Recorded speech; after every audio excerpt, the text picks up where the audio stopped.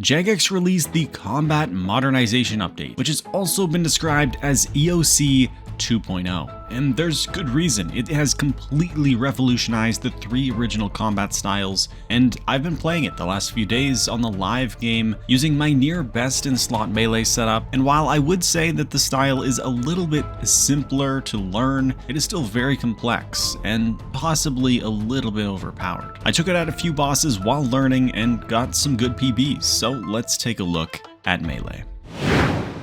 So I started by testing out Raksha. Now my PB for nearly every boss has been with Necromancy. I did use ranged quite a while ago before Necromancy, but since Necromancy has been released, that's been my main combat style. I am by no means a PVM god or even close to a Grandmaster. Here's a look at some of my combat achievements, although I haven't been exactly pushing for them. So I do sort of see myself as a fairly average PVM player at the very moment, so do keep that in mind. And I have not used melee in a very long time for bossing, so I am by no means a melee expert.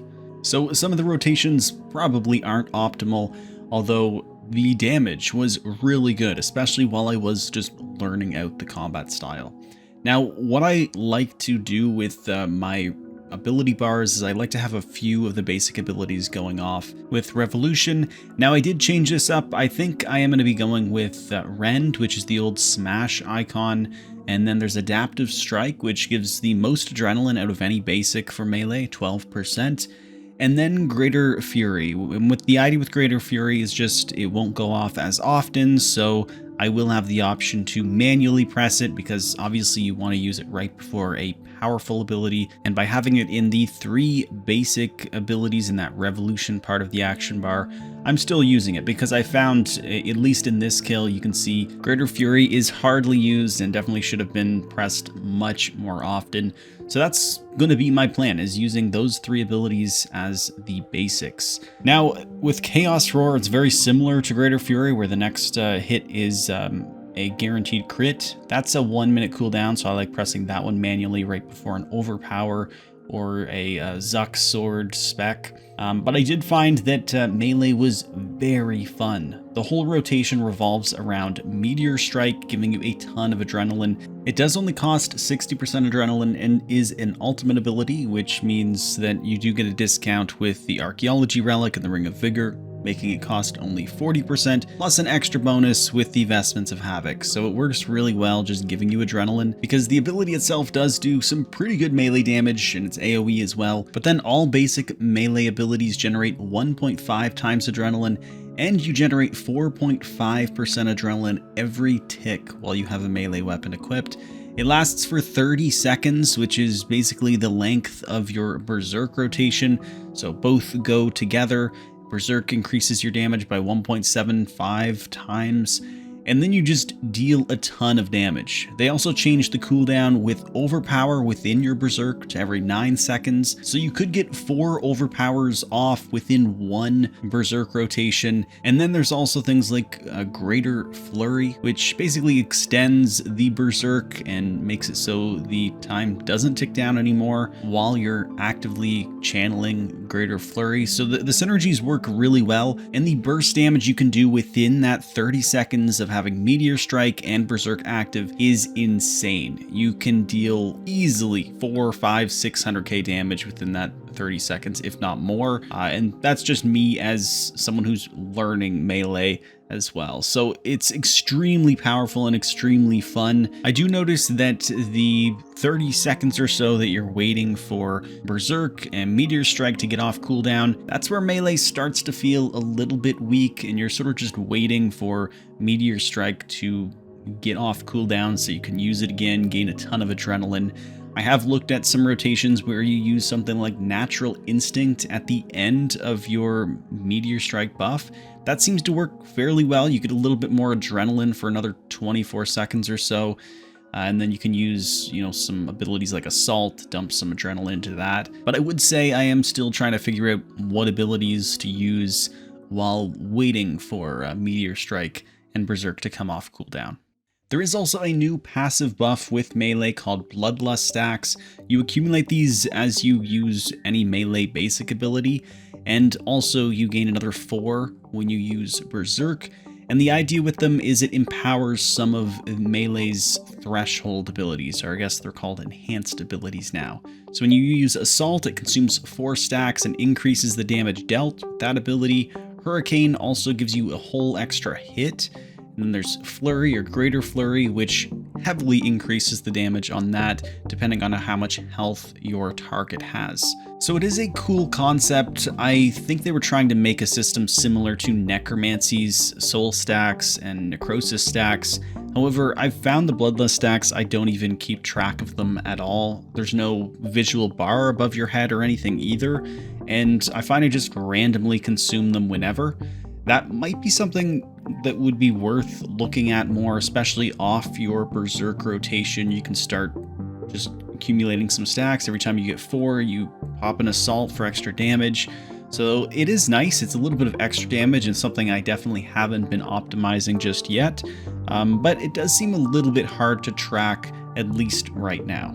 Now, as for some of the first impressions with Melee, it is extremely powerful. So I did get a new PB at Raksha, 224 plus a few master achievements, something I probably wouldn't have been able to do with Necromancy. And again, like I said, I'm not the best at Melee, especially right now, and there are people that can get much better kill times with Melee, and you're seeing all of these different PBs coming out, and so maybe there is some concern that it is a bit overpowered.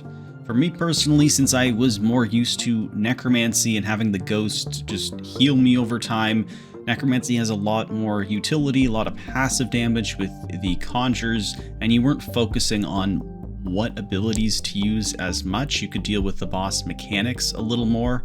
So I did find I was getting hit by a lot more mechanics. It was hard to both figure out what abilities to use in the right order while also using the right defensives and good movement to avoid boss mechanics. And that's just something that will come with practice. I also tested Melee out at Carropac a little bit, and the kill times were a little bit better than what Necromancy usually is. Usually I would get just over 4 minutes. With Melee, I was getting around 340 if I had the rotations right, although there were certainly some times where I completely botched the rotation and it took a lot longer. But I did find it was just harder to deal with all of the mechanics. There's also the fact that you take more damage when you're under Berserk. And after a full hour of using Melee for Carropac, I just sent 1 Necromancy kill, and it's just so much easier. You get so much passive healing with the Ghost and take a lot less damage. The kill time is a little bit higher. It was around 412, but still, it's just a much more casual combat style. And I think right now that is where it needs to be. Necromancy is fine where it's at, where it's not the best. It's probably actually the weakest in the end game, but it's the best in the early game, and it has a good sense of progression where it's at, in my opinion. I also felt the same thing at Zamorak, where there is a lot of mechanics to deal with. He does have some pretty heavy hitting auto attacks, so if you don't get these soul split flicking right properly, then you just take a lot of damage. And so that part, it is a little bit more challenging with Melee, not to mention always having to be within melee distance. But although it is more difficult to use than Necromancy, you definitely get rewarded with some very high damage. I also tested Melee at Araxi, and while there was no Phase 3 skip, the kill time was very good and another PB. It is also just the first few days of this update, and players, including myself, will learn better rotations and ways to deal even better damage. But there is some concern, just the fact that I guess I am getting some pretty good PBs without really knowing the style very well, and some other PBs that some players are getting that are very familiar with the combat system. It does seem like there definitely has been a bit of power creep added to the game, and there is a little bit of concern there. I wouldn't be surprised if we see a slight nerf to Melee, possibly even Magic as well. But I do think overall the beta, the Combat Modernization, it was a success. It does make the styles much easier. I didn't like that in the past a lot of the styles relied on crits to generate adrenaline, and I think it's good that Magic has that build, but with Melee having Meteor Strike reworked to just generate adrenaline over time and enhance the adrenaline gain on your basic abilities, and ranged, changing that to add in their on-hit way of generating adrenaline. I think it is good. Each combat style has their own unique theme to it, and I would say it is an improvement and a success, but possibly needs some tweaking on the balancing side, just to ensure there isn't as much power creep as we're maybe seeing. And with that said, I am really enjoying Melee, and I'm excited to learn it really well over the next couple of months. I have bought near best in slot Melee, just need a few small upgrades to improve upon it, and I am very excited to move away from Necromancy, learn a new combat style being Melee, improve upon some boss kill times, and I will likely be sharing this journey on the YouTube channel, possibly going for some combat achievements or bossing related challenges, and it is going to be very fun, so make sure you subscribe to the channel if you are interested in that, and I'll see you all in the next one. Peace.